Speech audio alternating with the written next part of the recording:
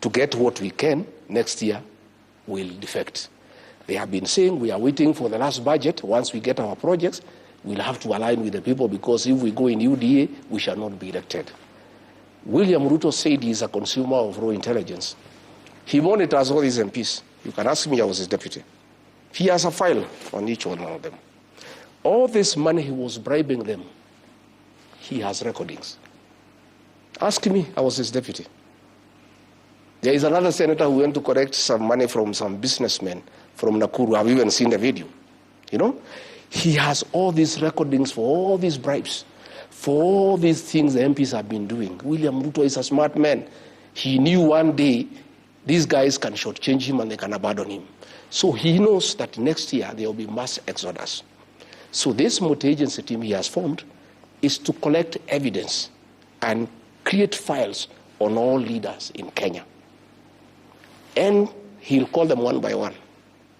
I hear you want to leave UDA and go to DCP and go to Wiper. This is your file. Try. Next week you are in court. Same for governors, same for everybody. Why would William Ruto want to take over investigations? He said when he formed the government that he'll make sure the National Police Service is independent. He'll give it money. He'll make sure judiciary is independent. He'll make sure the DPP is independent. Today he is saying he wants to form a multi-agency team under the office of the president to deal with corruption.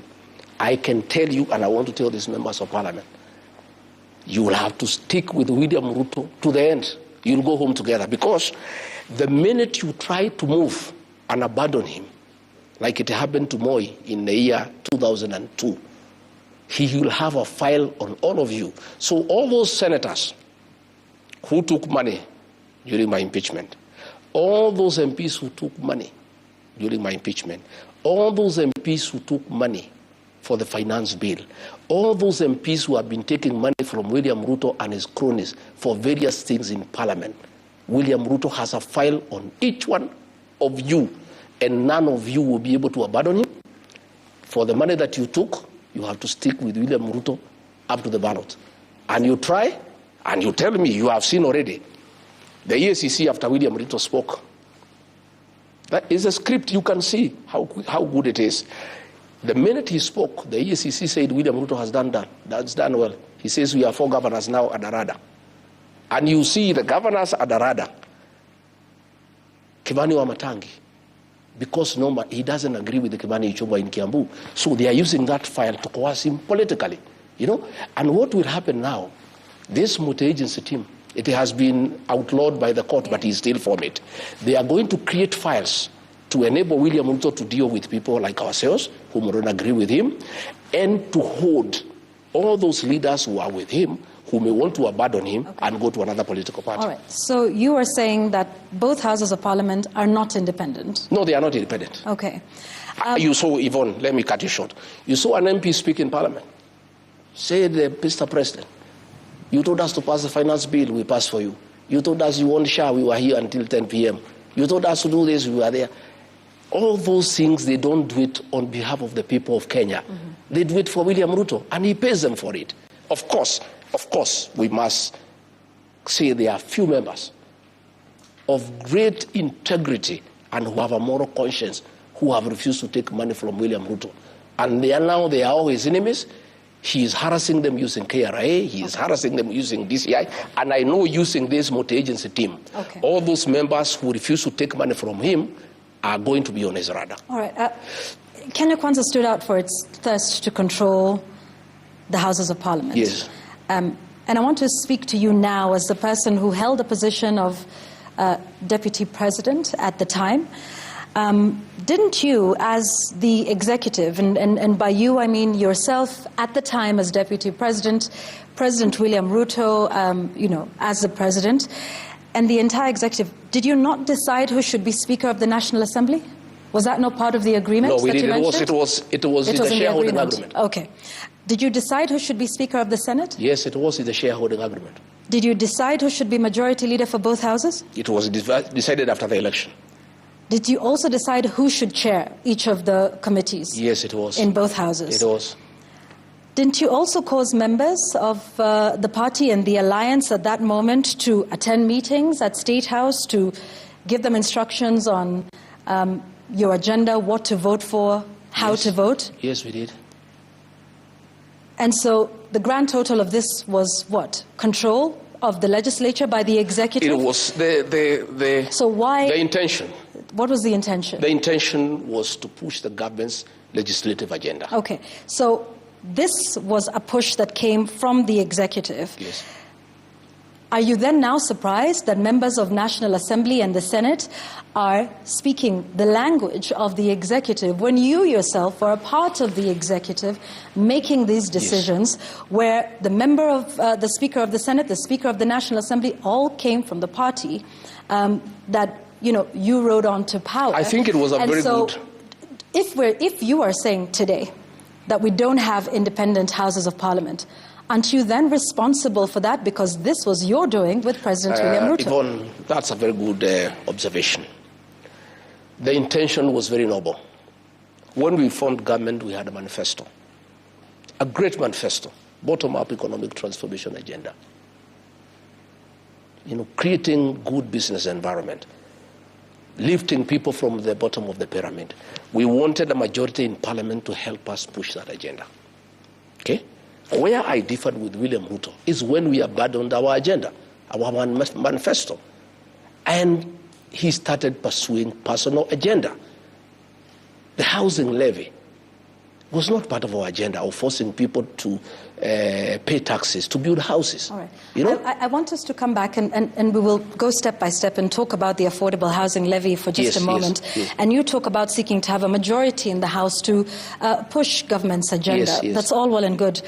The Speaker of the Senate and the Speaker of the National Assembly, their role is not to push government agenda. Their role is to be arbiters. Their work was to be good arbiters, right, to regulate debate and to protect the independence of the institution. How would they do that if they were former party members and if they got those positions as part of an agreement for bringing votes to this administration? How would they be neutral? It behoves upon a speaker when he assumes that position. Justin Bidan Muturi was nominated by TNA to be speaker in 2013 and Jubilee in 2017. But that man had an impeccable record. You never saw him in a public rally doing empowerment and singing praise and worship to President Uhuru Kenyatta. Justin Muturi regulated debate and allowed everybody to speak. I'm sorry, Speaker Wetangula has become a youth winger for President Ruto. He attends empowerment meetings. He goes to sing praises to William Ruto in public meetings. Tell me a single day you saw Justin Muturi in a public rally supporting Uhuru Kenyatta or campaigning for him. What dignity spells out is that once you get the position of speaker, because you must come from somewhere, you can't come from the moon, you can't come from the air, you must come from somewhere. So when a political party nominates you and you are elected as speaker, once you have assumed that position as the Speaker of the National Assembly and the Senate, you now rise above, partisan politics and become the arbiter of that house, unregulated and dignified. I have seen Wetangula allowing me to be discussed in Parliament without somebody moving a substantive motion. And in Parliament you cannot discuss an individual unless you move a substantive motion. In that Parliament, Wetangula does not allow members who don't support William Ruto to speak. He is very selective. In fact, he has really eroded the dignity of the National Assembly. From 1963, we are the lowest in terms of the speaker. I have seen him in public rallies singing praise and worship to William Ruto. I have seen him doing harambes for women and youth. That is the problem, that the two speakers have refused to rise above partisan politics and play their role as speakers of those institutions. Kenyans have interpreted the war between the executive and both houses of parliament as a possible sign of disagreement between potential partners in high-level corruption. Do you see it that way? Yes. In fact, all these things, all these fights you see between parliament and the executive is about corruption. Because William Ruto has made Kenya State House is a crime scene. Kenya is a criminal enterprise as a country. So what has happened, Vaughan, I must tell you the truth. When William Ruto introduced money in Parliament for the impeachment, he paid a lot of money. He whetted the appetite of the MPs and the senators. 10 million. So these guys want money every day. Did you counter that offer?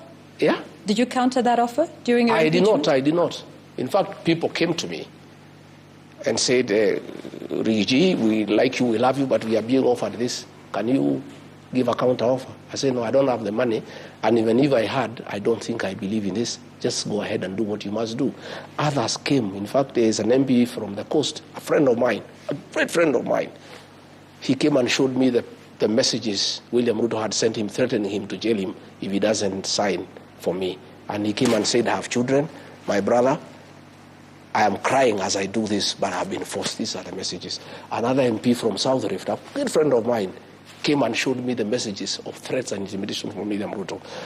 In fact, Okia Omtata, that guy is a great man. When I sent word to him appealing not to participate in impeaching me, he said, I cannot impeach you. And the person I had sent, he asked, did he send you with a counter offer? He said, no. He said, I will not impeach him. Had he sent you with a counter offer, I would have impeached him because I don't like corruption. What has happened is that William Ruto introduced money in Parliament. Of late, he has shifted focus to ODM and Raila Odinga. And he is spending a lot of his money now with ODM MPs. Now the MPs from Kenya Kwanza are feeling abandoned. And the money is not flowing as much as it was flowing. So they have decided to look for the money from other people. So when the ministers come, put the money here. When PSs come, put the money here. William Ruto, you started it all. Don't complain. This is your baby. You are the one who introduced high-level corruption in the National Assembly and in the Senate. You cannot turn around and condemn what you have started yourself. You are the one who told these MPs that every man and woman has a price. I heard him say it in his presence, that every man and woman has a price. So what has happened, Vaughan? Like the MPs from my backyard are in trouble. They cannot address any meeting unless they pay people. This deputy president, he cannot address any meeting unless he puts people in a tent and gives them money. Now, William Ruto is not giving these MPs money anymore. They need to go to the ground and talk to people and they don't have money. So what do you expect them to do?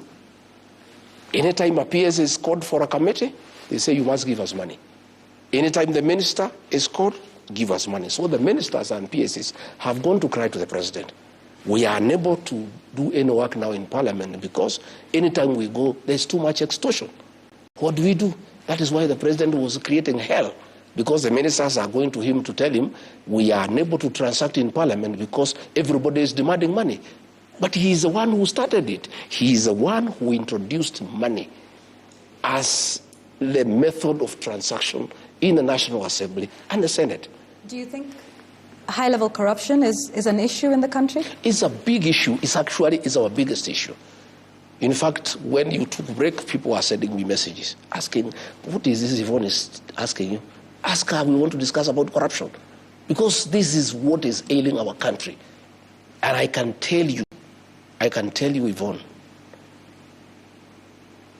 State House has become a crime scene.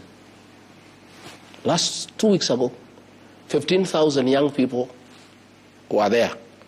They were each given 2,000 as a bribe so that they can say 2-term. Corruption is being practiced in the highest office in the land in broad daylight. The deputy president is carrying money with sacks, bribing women, bribing young people to say 2-term. And then the president is here pretending that he can fight corruption. Where does he start? When he was talking in that meeting, after the meeting, he gave those MPs each 100,000. After complaining that they're asking for money and he doesn't want corruption, why was he 100,000? Those have salaries. Why was he giving him money? So what I'm saying is, and Yvonne, when we get to the right discussion, we must discuss where we are as a country. It's because against the advice of Uhuru Kenyatta and many people, that we are going to elect William Ruto and he's a corrupt man, and we will cry. We are crying. And I myself take blame because I ignored it. I thought it's propaganda. And corruption has become a way of life. Corruption is the modus operandi in our administration, and State House is a crime scene, and bribery is a major policy of this administration. Okay. Yeah. I want to ask you about, a promise that was made, when this administration came to power, about 39 days before the election. President Ruto, whom you served as running mate, promised the formation of a state capture inquiry in the country. You're on the record yourself as accusing former President Uhuru Kenyatta of state capture. This promise was that it would be done within the first 30 days.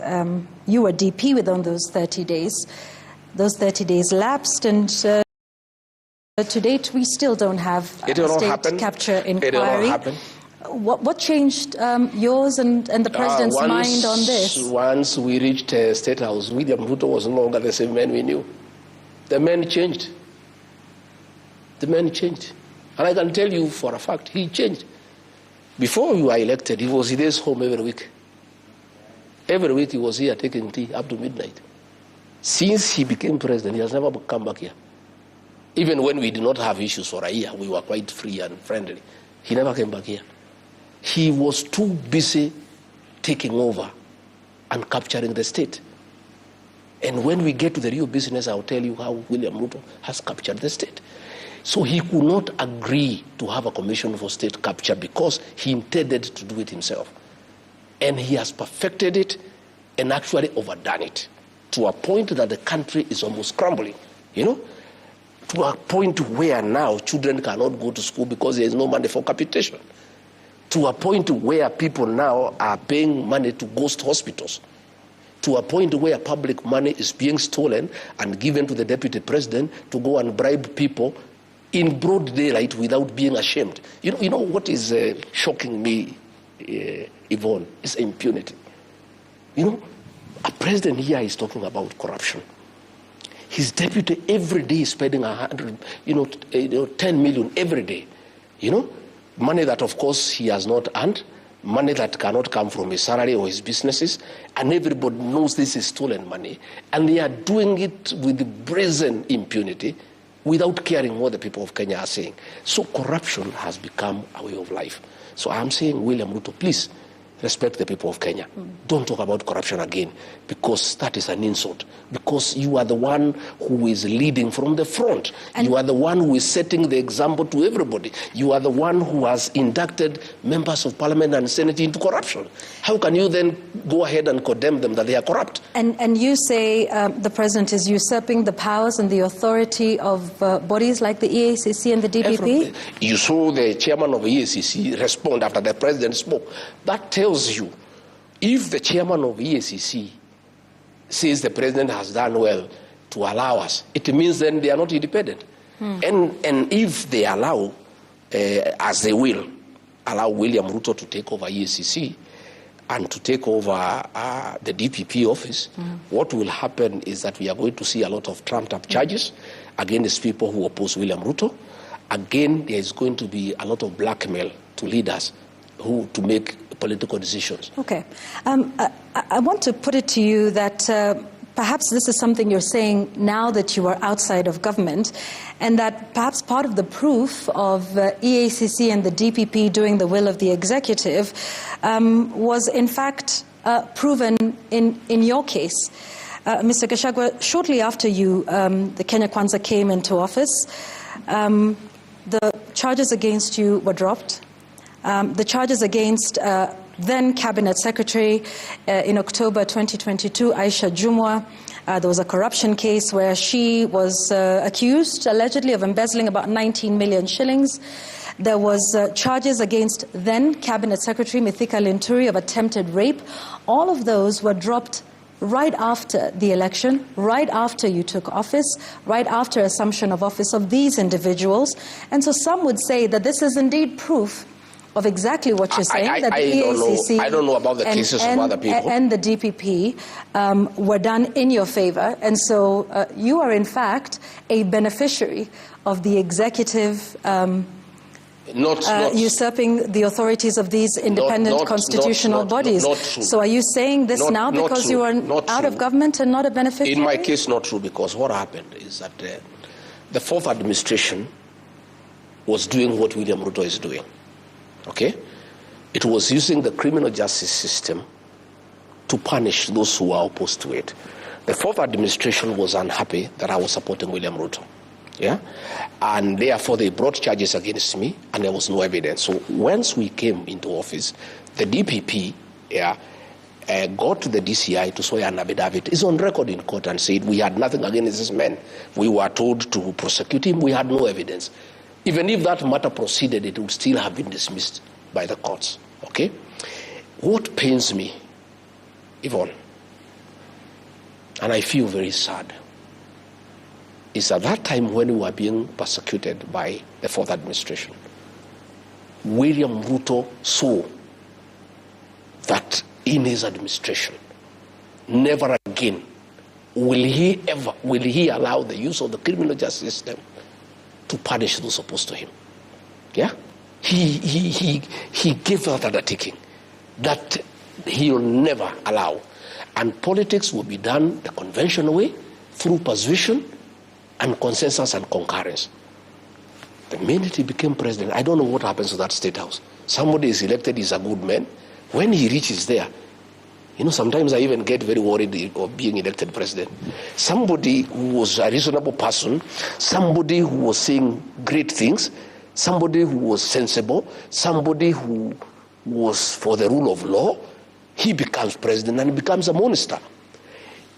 William Ruto gave us an undertaking, in private and in public, that under his watch, in his leadership, he will never allow the use of the criminal justice system to pursue politics. That's exactly what he's doing, And that's what I'm saying is, I don't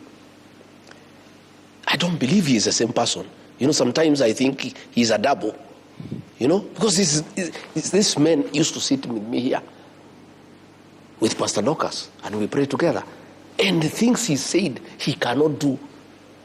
Kwanzaa, he said in an interview, I will never allow anybody to punish my deputy. I will never allow anybody to lack respect for him. I will never allow anybody to do to my deputy what Uhuru Kenyatta has done to me. He not only did the same, but he went ahead to do what Uhuru Kenyatta never did to him, to pay people to throw him out of office. And this is the same man. So sometimes, I don't know whether he's the same person. Sometimes I get lost. Why do you think, so you're saying the president punished you? I'm saying what he had said he would never do. He not only did it, but went ahead to throw me out of office. Why do you think he did that? Because I could not agree to many things that he was doing. He had wanted a Mr. Yesa. He had wanted somebody to agree to corruption, somebody who can agree to killings of young people. I told him off. I told him no. And I said I cannot agree. All right, let's speak about some of the things that are in the country right now, yes, and that you seemed to agree with. The Social Health Authority, SHA, something you were a big supporter of, then, now appears to be suffering a series of scandals. At least the Ministry of Health is defending itself, is defending its record, saying there is no fraud at the Social Health Authority. You sat there when this was being mooted. What was the proposal? And do you think, in hindsight, that initially I supported. Yeah. What was the idea that you supported? We had committed. Yeah. We had committed in our manifesto to improve on NHIF and actually make it available to every Kenyan. And in fact, we promised to reduce the payments for ordinary people from 500 shillings to 300. We went ahead to promise that those who could not pay, who had no income at all, will be covered, by the fund without having to make any contribution. Those are the things that we did. So when we came in, we got the former CS for roads, Kamau, to come and chair the board of NHIF. And he started on a process of how to reform it and make it better. And proposals were done, and it was agreed they needed to improve the system at a cost of about 800 million, to make NHIF more responsive, to make it more efficient, to serve the people of Kenya. William Ruto put a team of advisors at State House who are working parallel from the ministers. And they came up with this thing called SHA. Yeah? And they said NHIF is bad, there was a lot of fraud, we must reform it and we must change it completely. And this thing was brought and we started interrogating it. Along the way, I started getting feelers that this thing was a scheme to rip off the people of Kenya. Yeah? And they proposed that we create a new system that will cost 104 billion Kenya shillings. And I asked William Ruto, my brother, if the board of NHIF is saying they can reform this system at 800 million, why do we need a new system costing about 104 billion? He said, no, we will do it this way. This thing was forced. That's why you had an MP say, we pass SHA for you. This thing was pushed by William Ruto. This 104 billion, Yvonne, is pure theft of public funds. It's the biggest rip-off in the history of the independent Kenya. You know, this system does not exceed 1 billion shillings. 103 billion shillings had been stolen by William Ruto and company. You know? And that is why it is him, because you had the MP saying, we passed you a SHA. Okay? And that is why he was saying when he was in Sagana, explaining why we deferred. Oh, did you ever hear Rigathi deferred the health system? Did you ever hear him defer the education system? Did you ever hear him talking about the housing program? I told him, give me a break. I cannot defend corruption. I said, Mr. President, excuse me, forgive me. I could not help you to defend SHA. This is outright theft of public funds.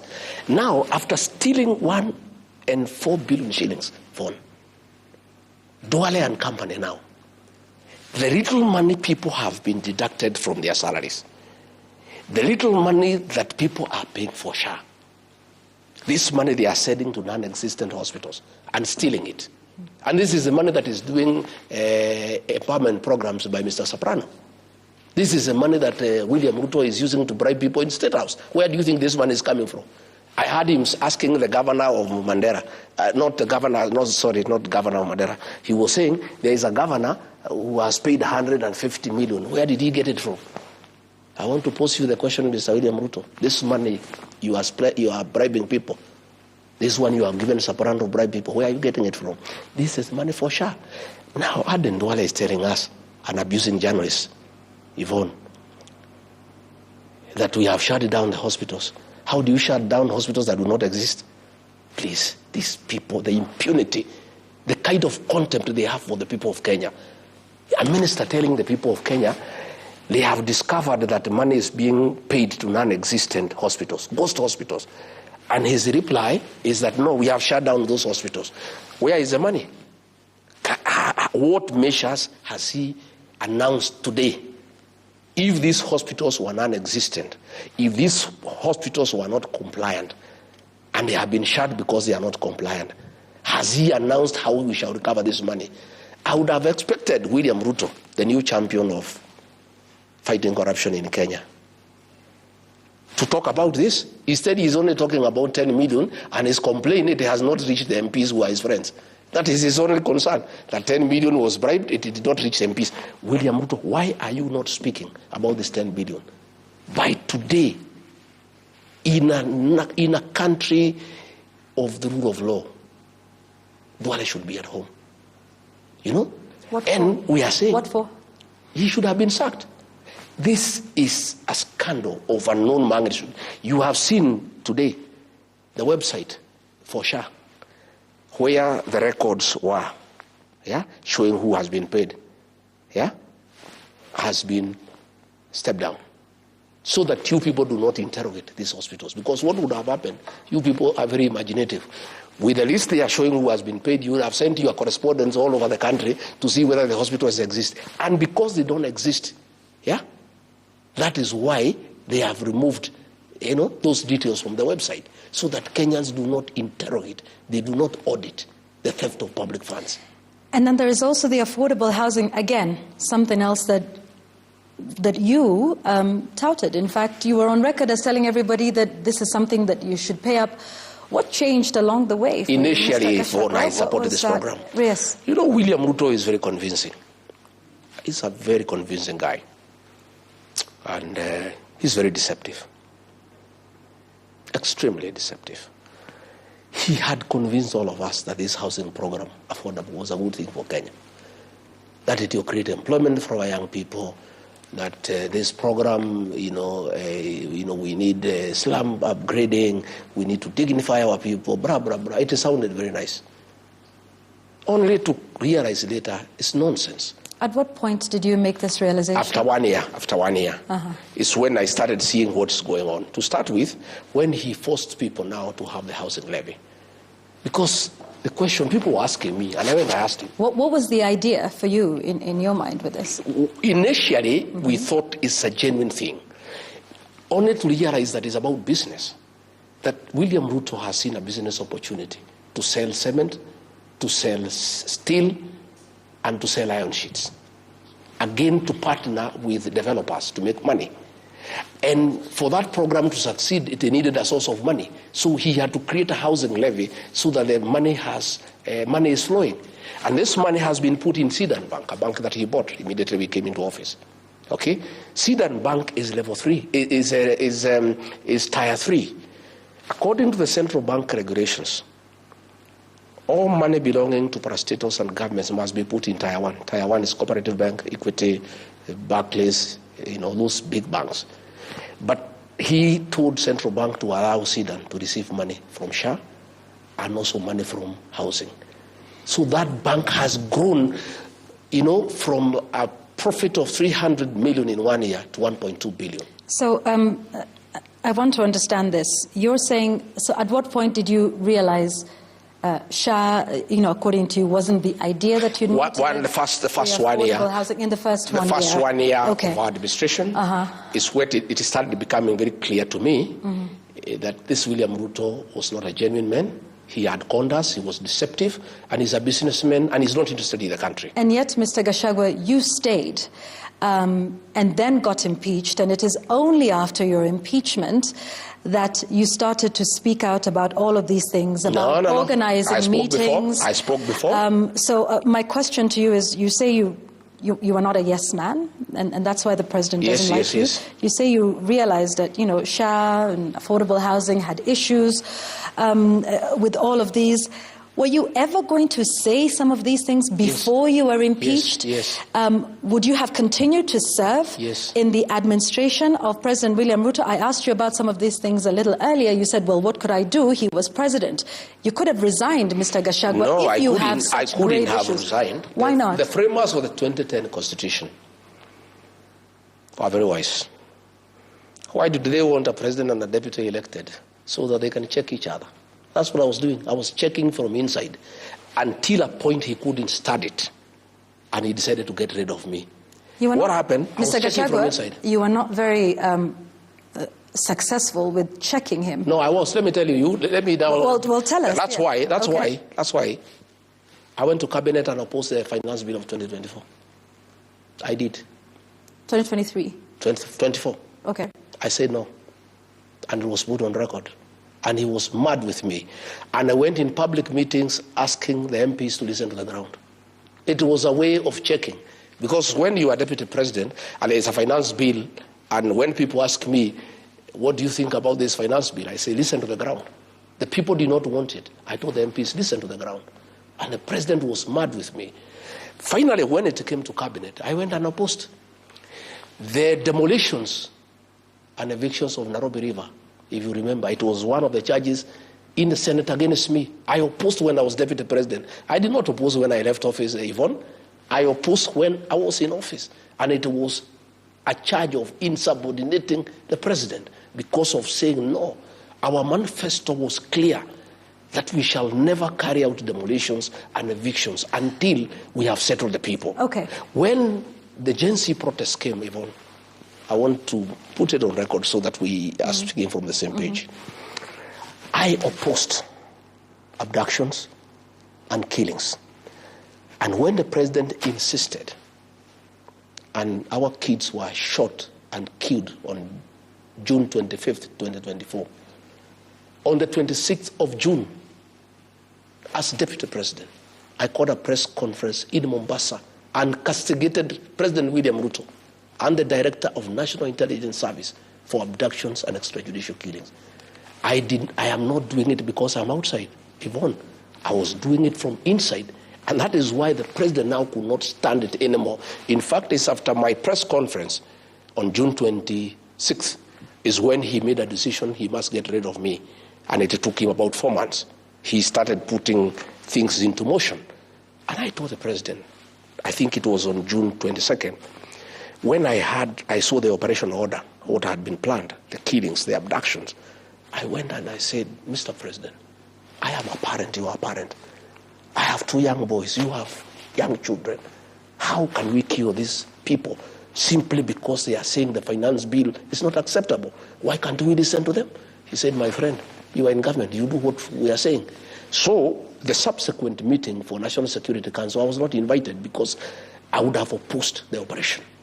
So when it happened, on June 25th, the president called a press conference at night. He did not invite me, and he said, this was treasonous, these are criminals, they'll pay for it. I was mad because I knew these children were innocent, and they were simply clamoring for their rights and the rights of the people of Kenya. And what happened, Yvonne, is that nature abhors vacuum. The minute the president captured parliament, the minute he compromised Raila Odinga, there was nobody else to speak for the people of Kenya. And since nature abhors vacuum, the Gen Z just came up, because that's the way nature operates, and they started speaking for the people of Kenya. So I made a decision. I flew to Mombasa. I called a press conference, and that marked the end of the relation between me and President William Ruto. We never spoke again. We just pretend we are speaking, but we never met one-to-one. We never spoke on telephone. We were speaking on messages until the day I left office. So you cannot say, Yvonne, that I spoke because I left. I started speaking. For 1 year, I was speaking from inside. And that's why he was accusing me. You know, he was telling me to defend Adani. I told him I will not. He says, go to the TV stations and defend the university model. I said, I will not. Because the thing is not good. You know, I was in a funeral in Kitale. And the Senator for Kisii, Richard Oyonka, really attacked the government because of Adani. And I spoke last. I did not say anything. I talked about other things. I left. And the president's PA called me all manner of names. Wewe ni mujinga sana, you are very stupid. You are deputy president, you spoke last. Somebody has attacked the government and you cannot defend. What kind of a deputy are you? I said, my friend, tell the president to call me and tell him I cannot defend corruption. Adani is corruption, I will not defend. Then he said, utatuona. The rest is history. Yvonne, I am a credible man, I'm a man of honor. And I was prepared to face the consequences of standing with what is right and what is true. I want us to speak about those protests for a moment and the state of rule of law and order in the country. Since those protests, there have been the abductions, there have been the killings, and there's also now an attempt at charging some of those who are involved in the protests using terror charges in the terror charge sheet. What are your thoughts as to where we are now, the state of the nation now, following the protests, in terms of, the state of the rule of law? There's been talk and questions of having dialogue at this point. What is your thought on the state of rule of law following, everything we've seen with the protests in the country, and what the way forward or the way out of that impasse looks like? Yvonne, I saw the president gazetting Katiba Day, and I was flabbergasted as to how foolish William Ruto think the people of Kenya are. Katiba Day? He has violated the Constitution from the first chapter to the last one. Freedoms in the Bill of Rights have been taken away from the people of Kenya. These young people who were abducted, they were within their constitutional right to question government. Yet, and I have said many times, when the Gen Z started becoming very vocal, the president authorized the formation of a killer squad of 101 officers from the administration police who were seconded to the National Intelligence Service and given very high-skilled training in abductions, killings, and cover-up. And that is a squad that has caused havoc in this country. And it works under the National Intelligence Service. It was authorized by William Ruto. That is a squad that is responsible for gross violation of human rights. And what is sad, Yvonne, and this matter was raised with me in America, and I heard Akina Wetangula saying I went to talk bad about my country. I never talked bad about my country. I love my country. Kenya is a great country, and I told the people in America as much. But we have poor leadership. We have bad leaders. What is shocking, Yvonne, is after all this, a president who is elected by the people, a country with a constitution, a country that has a very strong Bill of Rights, can publicly issue orders for people to be shot in the leg and then taken to the hospital on their way to jail. It's a level of impunity. And I'm very happy that in the bill in the Senate in America, that issue has been raised. Abductions and extrajudicial killings. Yeah? So, what is happening again when we had the last protest and Sabasaba? The state took over the protest and sent criminal goons to beat people, burn and torch property, and stage manage attack of police stations and courts. It was done by police. And then arrested innocent young people and charged them with terrorism. That court in Kahawa is a specialized court to deal with terrorism, a very serious crime that needs to protect our territorial integrity and make sure that the country is safe. But to make sure that these young people are intimidated and they have no voice and they will never again hold the government to account, they are charged with the terrorism. So as we speak, we are at the lowest in terms of violation of human rights. And that's where the Americans are having a great problem with us.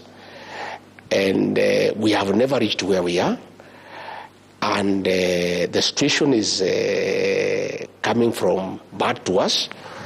And it is laughable that the president, ahead of his address to the United Nations, is going there to the United Nations General Assembly.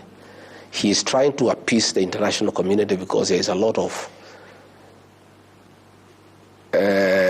concern about extrajudicial killings and abductions. He is trying to hoodwink the international community by ordering Professor Makau Mutua to set up a team to compensate victims of extrajudicial killings and abductions. That team has been formally constituted today. Yeah. What do you think of the role of that, compensating victims of protests and dating good. as far back? I think it is good. I think we accept it's good to compensate people. But that should be the tail end. Yeah? We welcome compensation. But let's be decent. Let's not try to hoodwink the international community. Before you compensate victims, you must first accept that there were extrajudicial killings. The president should call a press conference and say, hey, my fellow Kenyans, I accept that there were extrajudicial killings and abductions. And this is wrong, and I apologize to the people of Kenya. And I say pole to the families and the people of Kenya. Number two, I have ordered the disbandment of the killer squad of 101 officers who have been abducting young children and killing Kenyans. Number 3, I give an undertaking to the people of Kenya that under my presidency, never again shall we have abductions and extrajudicial killings. Number 4, all those officers responsible for killing our young people and abducting them will be prosecuted. Finally, sad as it is, I accept that parents have suffered and they require some compensation. I therefore order a mechanism be put in place to compensate those families. And Yvonne, government cannot compensate people it has killed. We must give it to another neutral body, like the Kenya National Human Rights Commission.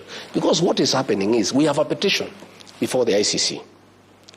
If government identifies these victims, then we will not have witness protection.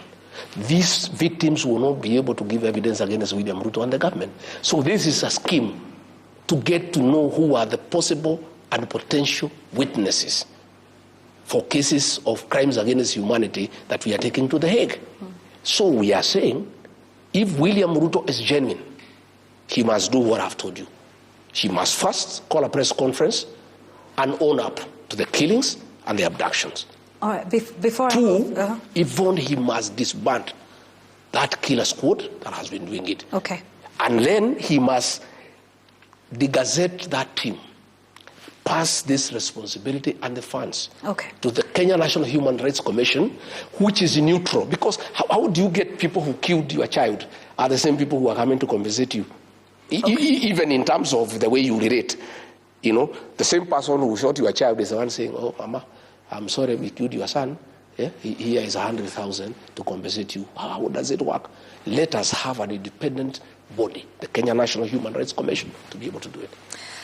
I want to talk about, and to switch gears a little bit and, talk about some politics for a moment and maybe go back to your return from the United States.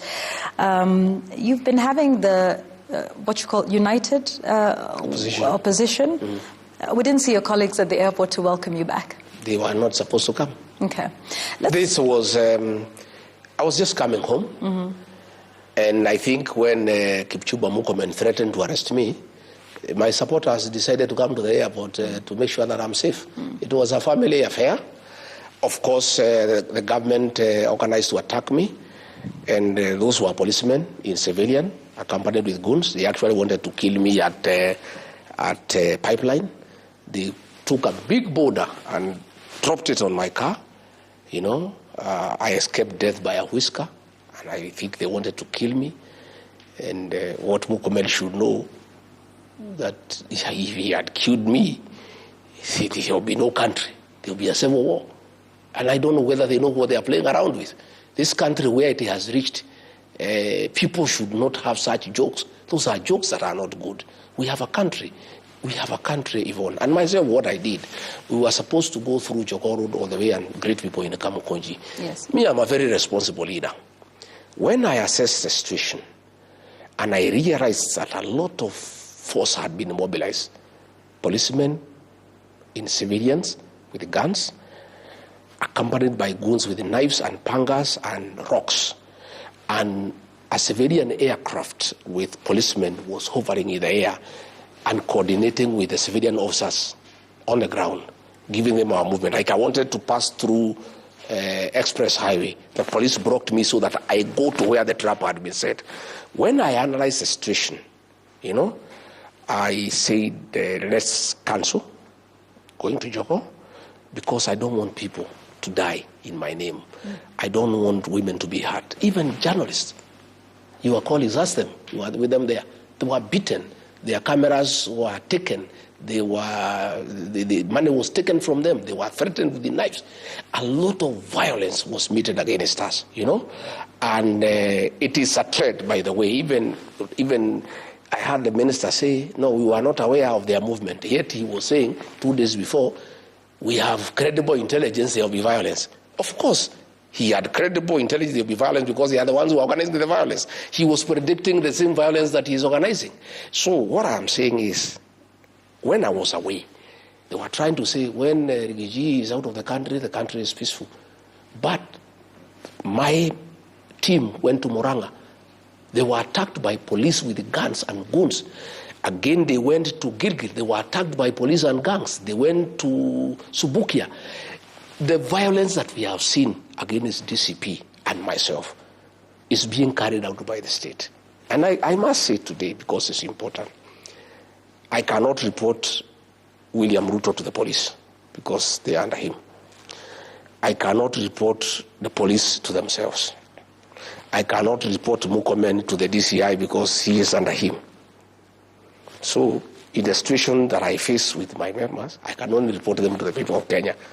You know, sometimes I hear Ruto saying, "Oh, go and write a statement." We write a statement to who? How can you go to report William Ruto to the police? How can you go to report Kipchumba Murkomen to the police? You can only, what I can do in my position is just tell the people of Kenya what is happening. The National Police Service is independent? It's not independent because how can it be independent when Murkomen is telling them shoot to kill? When William Ruto is saying shoot in the leg?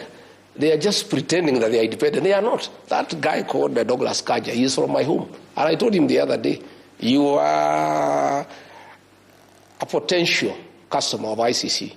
Remember what happened to General Ali? William Ruto and Kipchumba Murkomen will use you. What is happening? I told him, Kaja, he's from my village. One of these days, you'll be in ICC. I want to tell these county commanders in Nairobi and elsewhere that we have set up a team to document all these violent activities. We have, like now what happened in Nairobi, we have documented it. The county commander, Nairobi, the sub-county commander, Embakasi, when we form government, they'll have to answer. Because why are they allowing police and goons to attack people?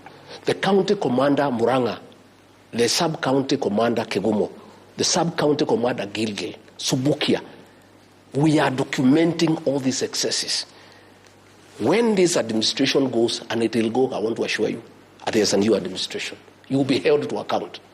So, and what happened in Central Police Station is a living example and testimony. The DIG Langat told people to torture Albert Ojwang. DIG has been absolved from blame. He's going back to work this week. The OCS, Central Police Station, the sergeant on duty, the corporal on duty are facing murder charges. I want to use this opportunity tonight to talk to our police officers. I want to talk to you as a father, as a leader in this country.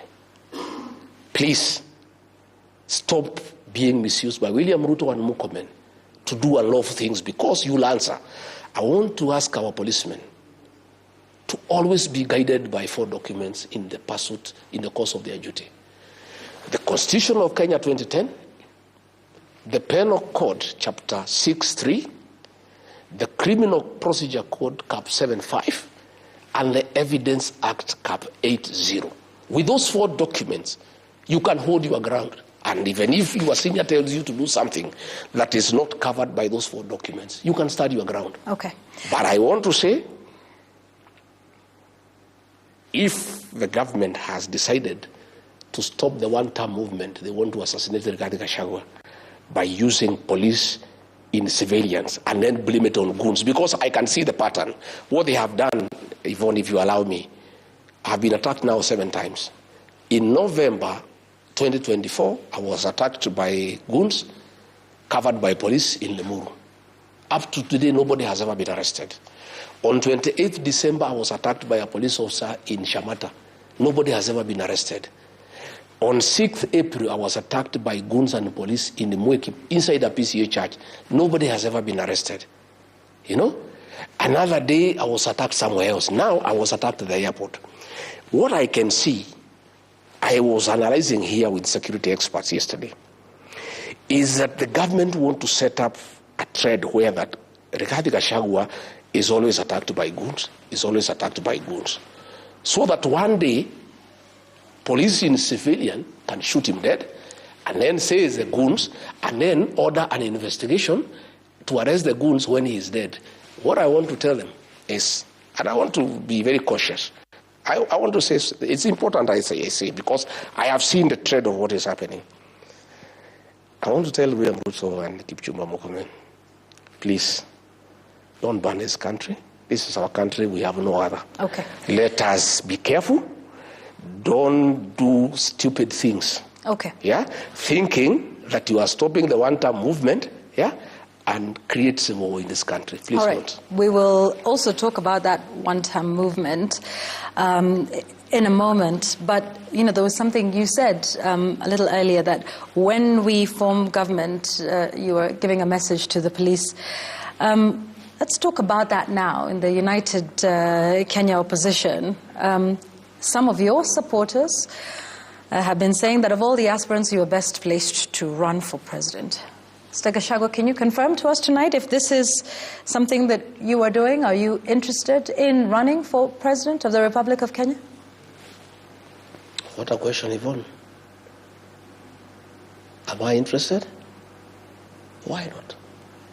I am a candidate to be president of the Republic of Kenya. I am qualified. I have support. I am looking for more support. And I'll be on the ballot as a candidate for president. Let's talk about you being on the ballot. How will that happen with your impeachment? What do you mean? William Ruto, Uhuru Kenyatta had charges against him, crimes against humanity. In The Hague, he was elected as president. They were not convicted. They were facing charges at the ICC. Nobody has been convicted. Do you think that's a fair comparison? The charges they were facing at the ICC. What the Constitution of Kenya says. What the Constitution of Kenya says. What I just want to tell you what it is. For a moment. Can I ask the question? Okay. Okay. Do you think it's a fair comparison that they were facing charges at the ICC, facing charges? You, on the other hand, based on the laws of this country, faced charges at the Senate and were found guilty of some, not all, but enough to impeach you as deputy president. John Weluke, the MP for Sirisia, was convicted and jailed for 74 years.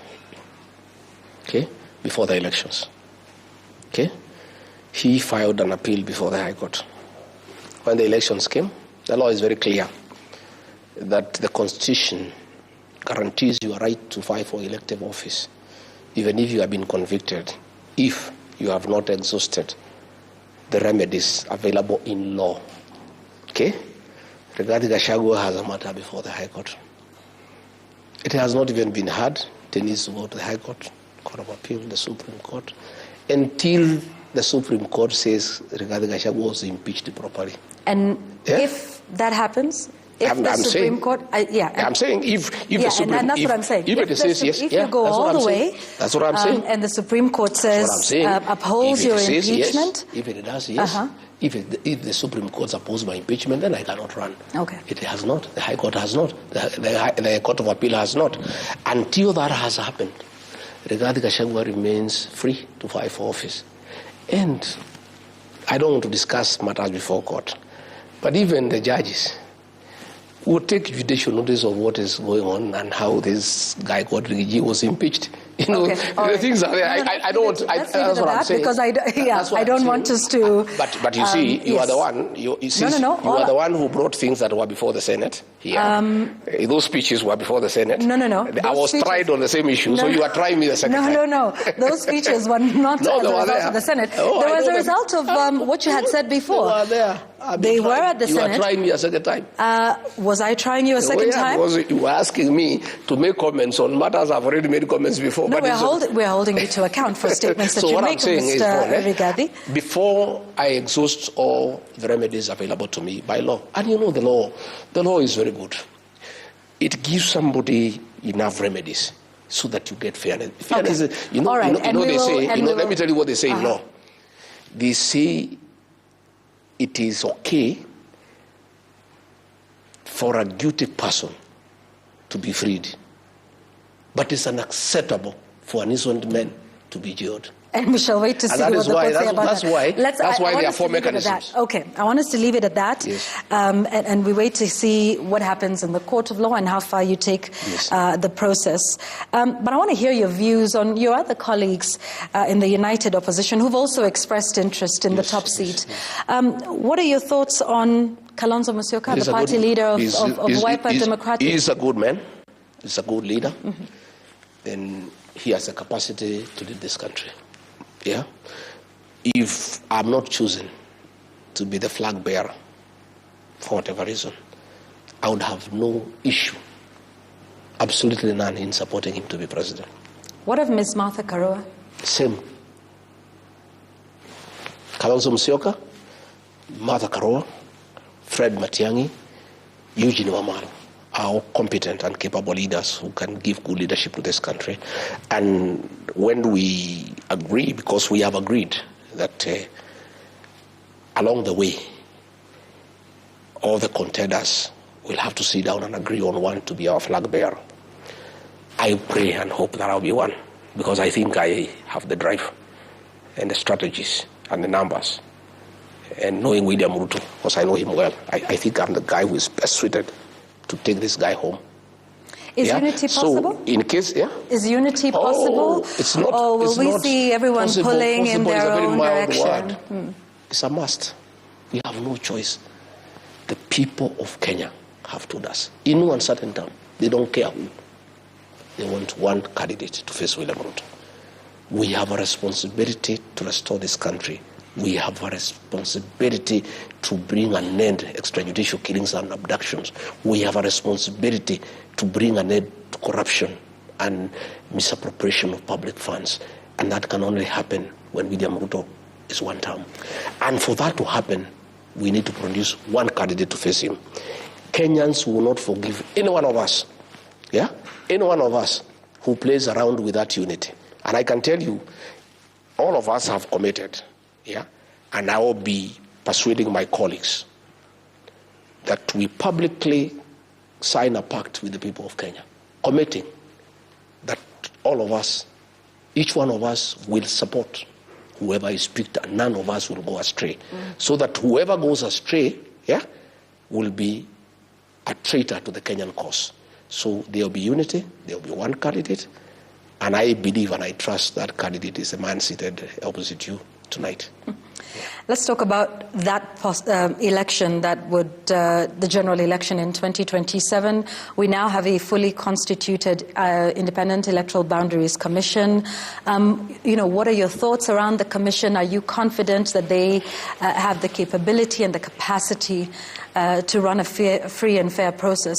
And we'll come back and talk about the by-elections in a moment, but I just want your first thoughts on the commission, the new commission. I am not very happy with the way it was picked, but nevertheless, it's in place. What weren't you happy with? Because there wasn't, I could see there was some consultation between Raila Odinga and William Ruto, who were on the same side, and therefore there was no concurrence with other people. But be as it may, the way I understand the Kenyan politics, and by the way, I'm a student of political science, and I've been around for a while in all these elections. I did my vast voting, I think, in 1979, and I participated in all these elections. And when electoral laws were changed such that votes are counted at the polling station, and the ruling by the Supreme Court in 2013 that polling station results are final, it made rigging of elections next to impossible. I want to assure the people of Kenya that nobody can steal our elections.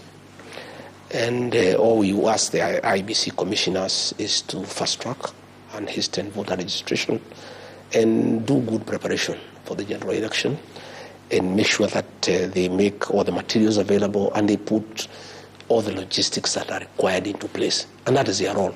The rest they leave it to Kenyans. Kenyans will wake up early and they will make a decisive decision. And I don't think anybody will interfere with the will of the people. All right. Before the general election, there are some by-elections that are coming up. Is DCP planning to field candidates? Yeah. DCP is a national party and will participate in our elections, including Banisa in Mandera. Yeah. All that talk you saw in Mandera was trying to discredit me and DCP in Banisa because our candidate, Adan Mohammed, is a leading candidate. And the people of Banisa want to elect a DCP candidate because they want somebody who can speak for them. Because UDA people are praise and worship choir members of William Ruto. And we have a candidate in Berenov. We have a candidate in Magarini. We have a candidate in Malava. We have several wards across the country. We have a constituency in Wuja, in Siaya. We are going to have candidates in all those elections, and we are going to put up a hard fight. Yeah. President Ruto has pushed back on your campaign, your one-term campaign, saying your only interest is to remove him from office and that you're not offering an alternative. Of course, he's on record as saying, okay, so one term, then what? Do you think he raises a valid point about you actually offering an alternative beyond the slogan, one term? Vaughn, did you expect William Ruto to give us a hug for wanting to remove him from office? Of course, he can't give us a hug. He knows one term is lethal. And he's complaining about slogan gearing. He's calling it slogans. Mm-hmm. His people are trying slogans of 2 term. What we are saying is, Yvonne, if you go to hospital and you are feeling unwell, the doctor must do some diagnosis and decide what is the problem. And if they find you have a bacterial infection, and that bacteria has caused so many other problems, the doctor first fights with the bacteria so that you can deal with the other resultant issues. What we are saying, and we are very clear in our mind, is that where we are as a country, for abductions and extrajudicial killings to come to an end, William Ruto must leave office. For us to stop corruption and theft of public resources, William Ruto must leave office. We are saying for us to restore our economy and create a good environment for business, William Ruto must go home. We are saying for us to bring an end to state capture, William Ruto should not be in office. For us to restore the health system and do away with this SHA nonsense, he must be out of office.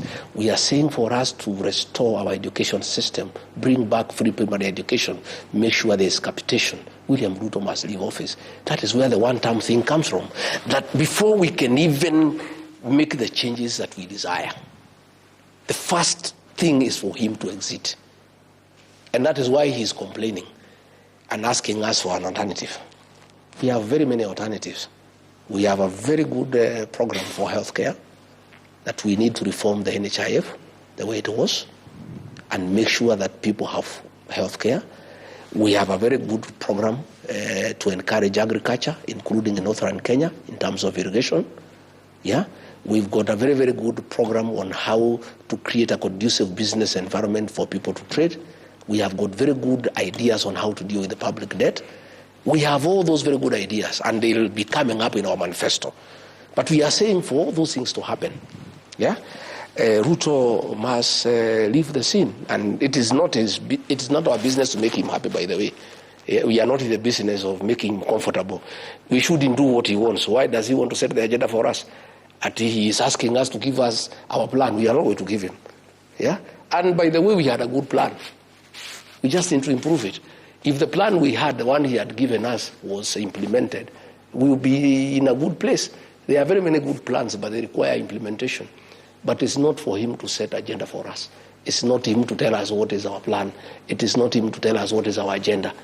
He has his agenda of stealing public funds. He has his agenda of abducting children and killing them. Let him continue with what he's doing, as we have our own plan, and we'll implement it at the right time. But for us to achieve all those things, we must mobilize the people of Kenya to send him home. Mr. Gachagua, as we wind up our conversation here, what do you say to Kenyans, some on social media even tonight, who in response to this interview that we've had, say that you are merely a bitter person whose only interest is to exercise revenge from a man who you say has punished you, that everything you're doing, including the the movement that you've just spoken about is not necessarily about the country, but it's about you getting your pound of flesh against your impeachment, against the president with whom you have now fallen out with, that this is just about revenge between two men and is not the interests of the country and Kenyans at heart? I don't think stopping abductions is a revenge. I think it's the right thing. I don't think saying there should be no extrajudicial killings is a revenge. I think it's humanity. I don't think stopping corruption is revenge. I think it's morality. I don't think stopping capturing of independent institutions is revenge. I think it's good governance. I am not interested in any revenge. I am interested in good governance. I'm interested in having a country that is working. I'm interested in having a happy population. I'm interested in having people going to hospital and getting drugs. I'm interested in having a country where children can access education. I don't think those things are anything to do with revenge. All I am saying is that for us that to happen, this man needs to exit. It's not revenge, it's necessity. It's necessity. It has nothing to do with revenge. I'm not a vengeful person, and I'm not interested. And I have nothing against William Ruto as a person. But I have a big problem with killing children. I have a big problem with corruption. I have a big problem with theft of public funds. Like now they want to buy Kenya Pipeline. You know, Yvonne, surely, this pipeline is worth 600 billion. They want to buy it for 100 billion. And that is Ruto and his people. You know? I mean, these are things that we cannot accept. How do you call that revenge? We are simply patriots, people who must stand up for the people of Kenya. Here in Rongai, Yvonne, the community gave 158 acres of land to the PCA church many years back to hold in trust for community, for public amenities. The PCA church have been doing it. William Ruto has gone there and without any public participation, without talking to the church, hived 40 acres to put up 2,000 units of affordable housing. And it's not even affordable housing, they are commercial houses by private developers. We cannot accept that. His own family, they have gone there. They want to put up a private stadium, one of his sons. We cannot accept that. How do you call that revenge? I am simply a courageous leader who is standing up for the people of Kenya. And not many people are courageous. Let me tell you, Yvonne, what I have undergone myself, the humiliation, the persecution, the brutal attacks by police and goons, not many people can stand it. You know, I'm a man of a kind, but I've decided to do it for my country. And not for my community, for my country.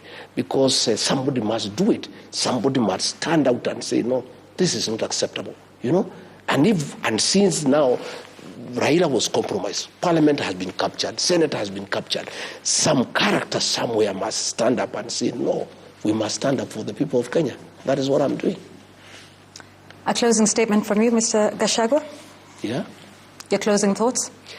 I want to say I have seen our sugar factories in Western Kenya, Nzoia, Mumias, Chemil.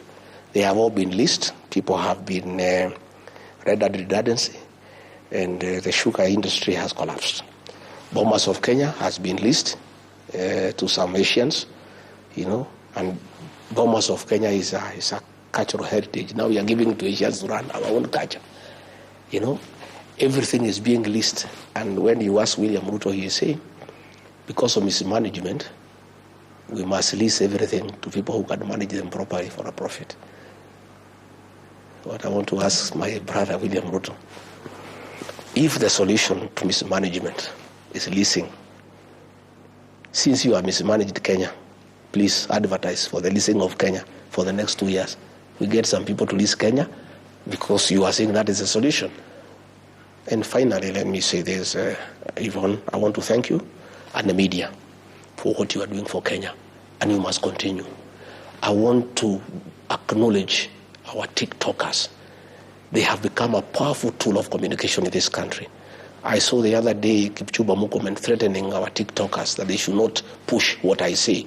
The TikTokers don't push anything from anybody, they push content. If you are saying something that is sensible and something that they think the people of Kenya need to know, they do it. So I want to thank our influencers, our TikTokers, our media for education, and you must continue doing it, you know. And I want, like now, please find out, I am told the Kenya School of Government, yeah, they also want to listen to some people from Dutch to do some housing. That's a very important institution for our governance.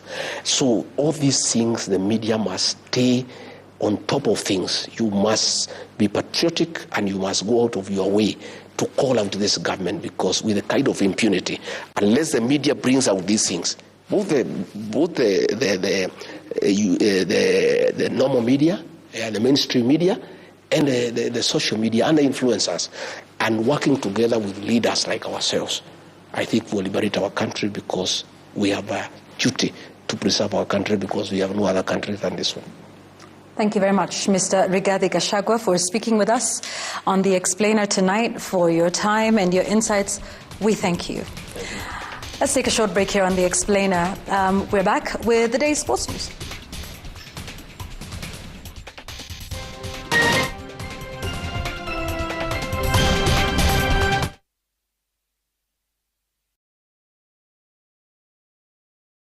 I love you, Lord. This August, guess who's coming to Kenya?